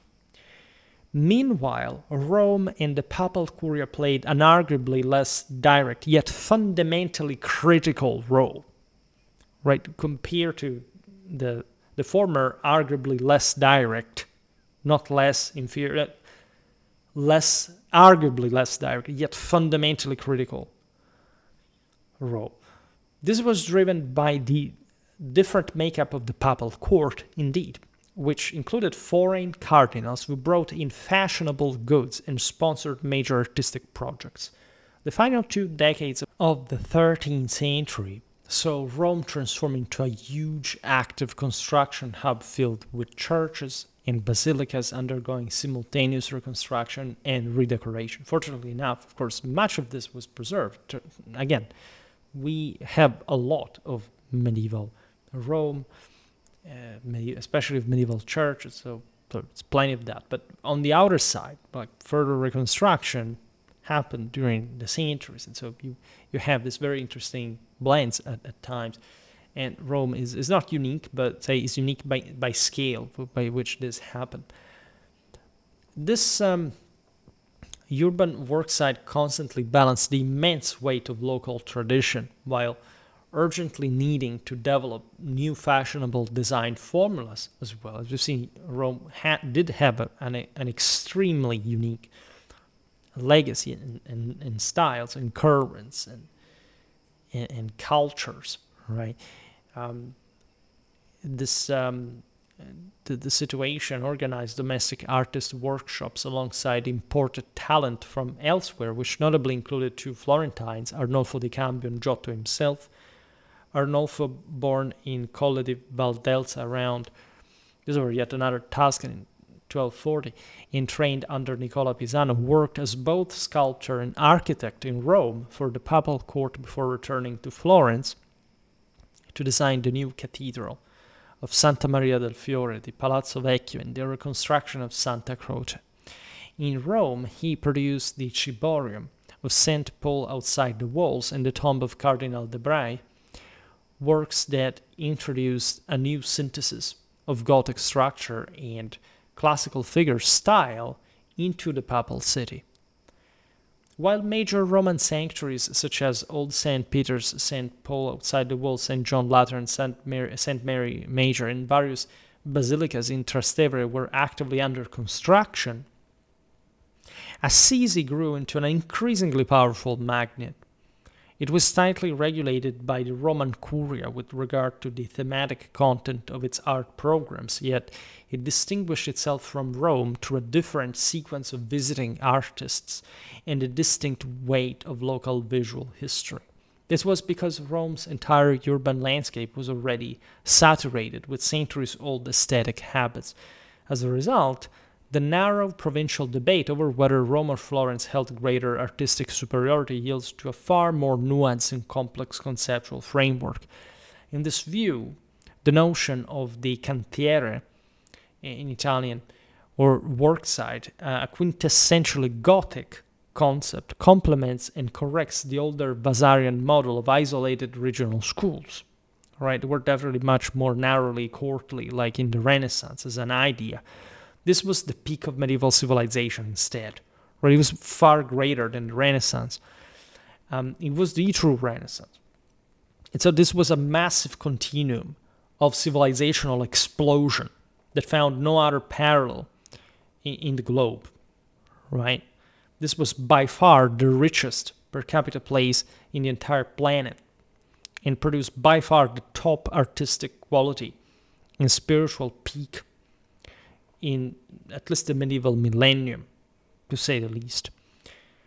A work site could appear as a cathedral under construction that could last for generations and never to be fully completed until the 19th century, the largest parts, of course, dating to the medieval centuries.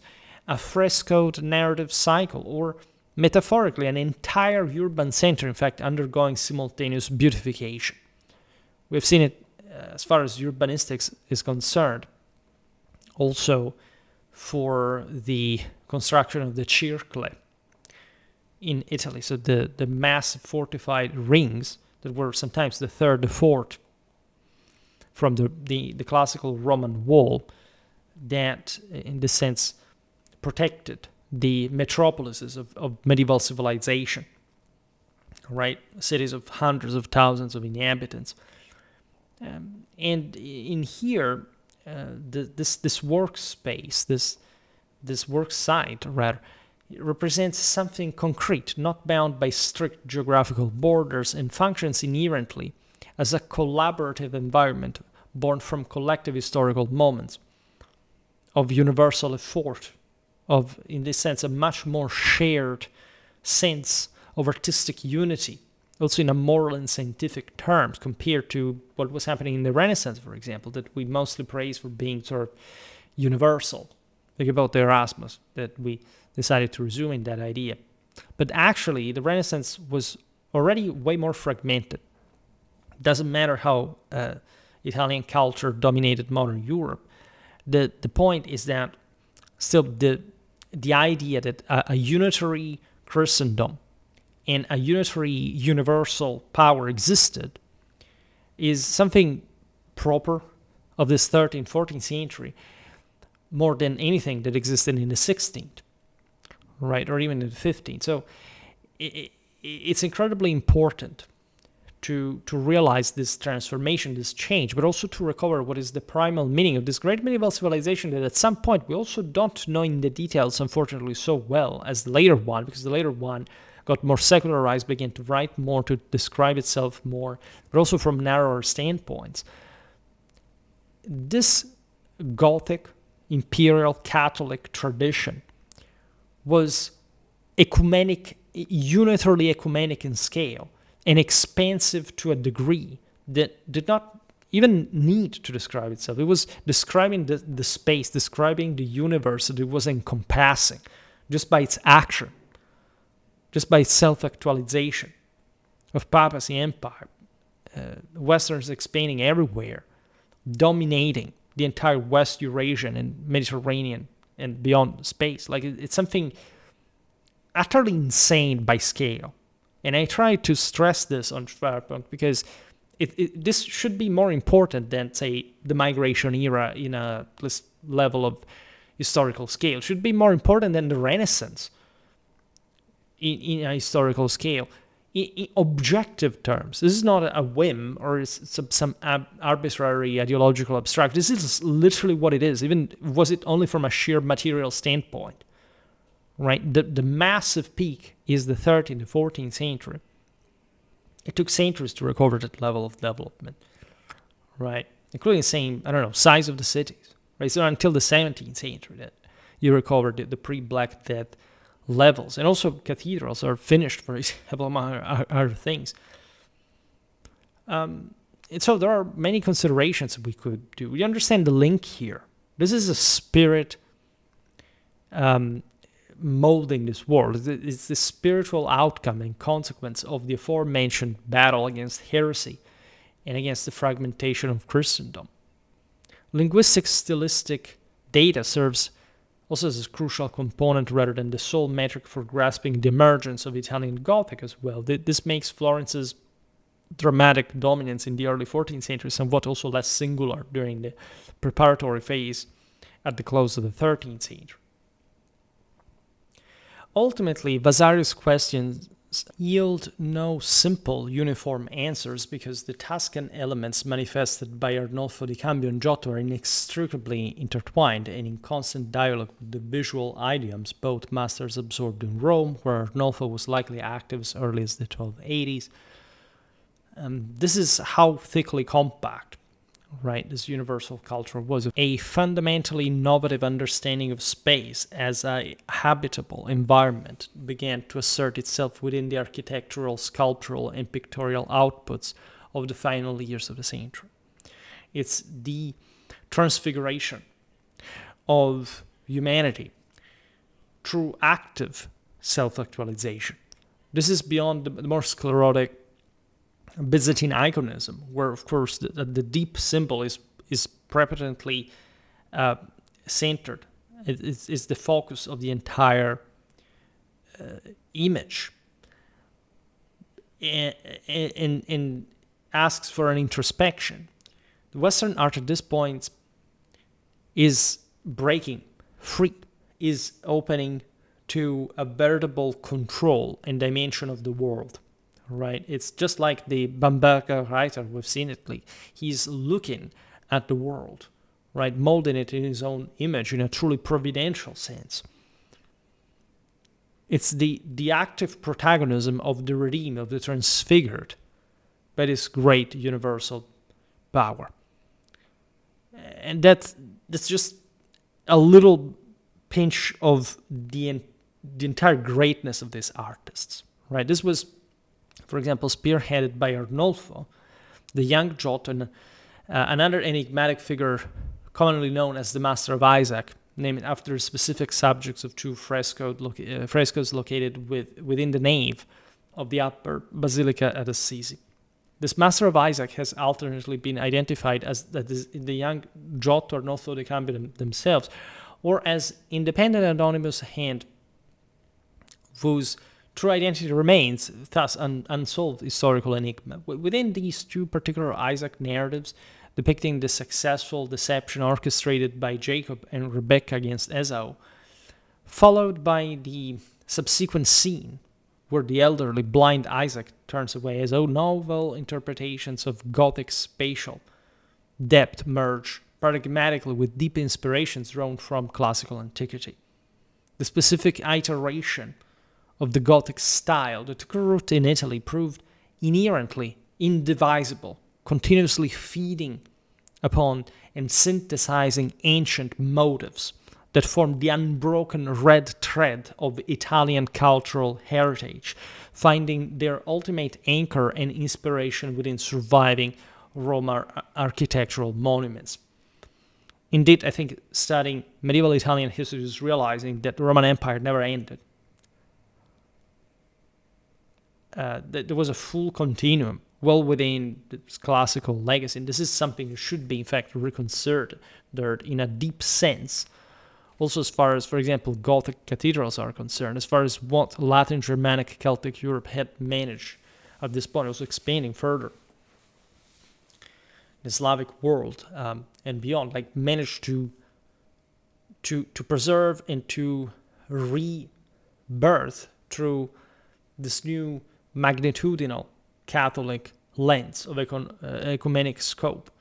So it's really difficult to speak about one of the single most important topics and periods and figures in the history of mankind. Right? What I would like to convey through Schwerpunkt is the immensity of this civilizational scale. This is not a matter of personal opinion or how people sort of know or don't know this stuff. This is essentially not just a vital piece of Western civilization, but it is, in a deeper sense, what is needed for Western civilization to be rebirthed, because you can't look at there is this weird I go back to my American political commentaries because I find them very, very fun in the sense, very thought-provoking for today's vision of the past. There is this notion of, but I was a boy, born and raised in Tennessee. I visited Chartres when I was 17 years old, and I sort of got to realize, I don't know, I wanted to know the meaning of that belief. I mean, this is no problem. There are lots of people from Tennessee that know these things very well for that matter. But in general, like the kind of narrative, the kind of stereotype, the kind of self-describing, making a very specific example of something I listened to today. Like, do you realize that there is this was always the norm? This was always the standard. This was always the canon. This was always the classic, right? If you don't know that, you're completely falling out of whatever sort of civilizational dimension you may want to have. So cathedrals, maybe, of course, as a European habituated to see these things on a regular basis in daily life, may be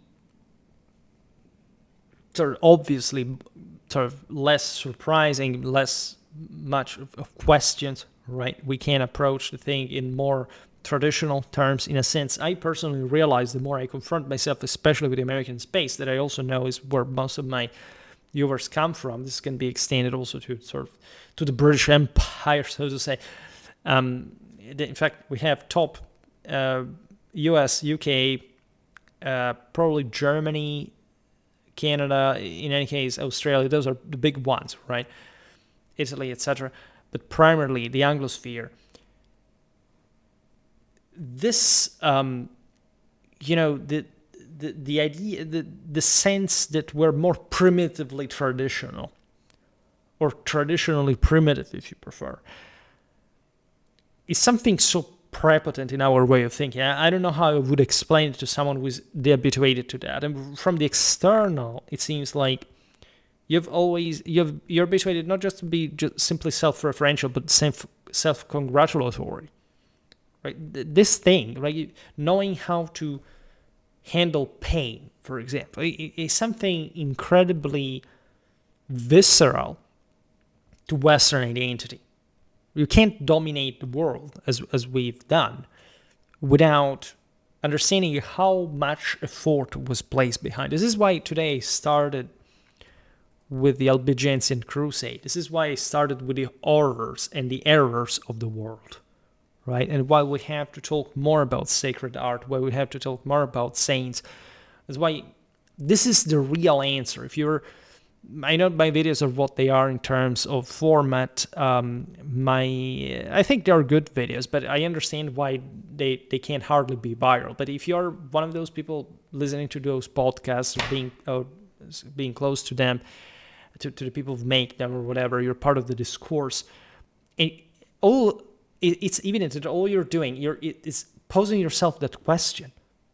The answer is free here, right? We have it in history books, in history of art, in history of philosophy, in history of the church. It's already written. You don't have to consult, I don't know, whichever expert. I may have a very eccentric and peculiar perspective myself, because I don't know any of my colleagues that gets interested in this. But the more you're exposed to that, that's kind of the trick of it. The more stuff you learn, the more stuff you handle, and the more these answers are going to come to you.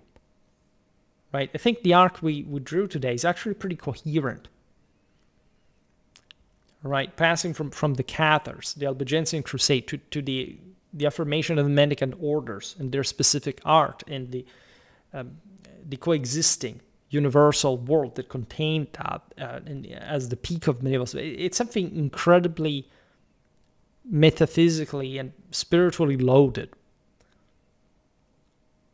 in order to explain the traditional hierarchy that should be showed in order to restore the world order. If you are unable to see this, that's where you lose, right? This is the moment in which you have the greatest chance of your life, and you're squandering it for no reason whatsoever, right?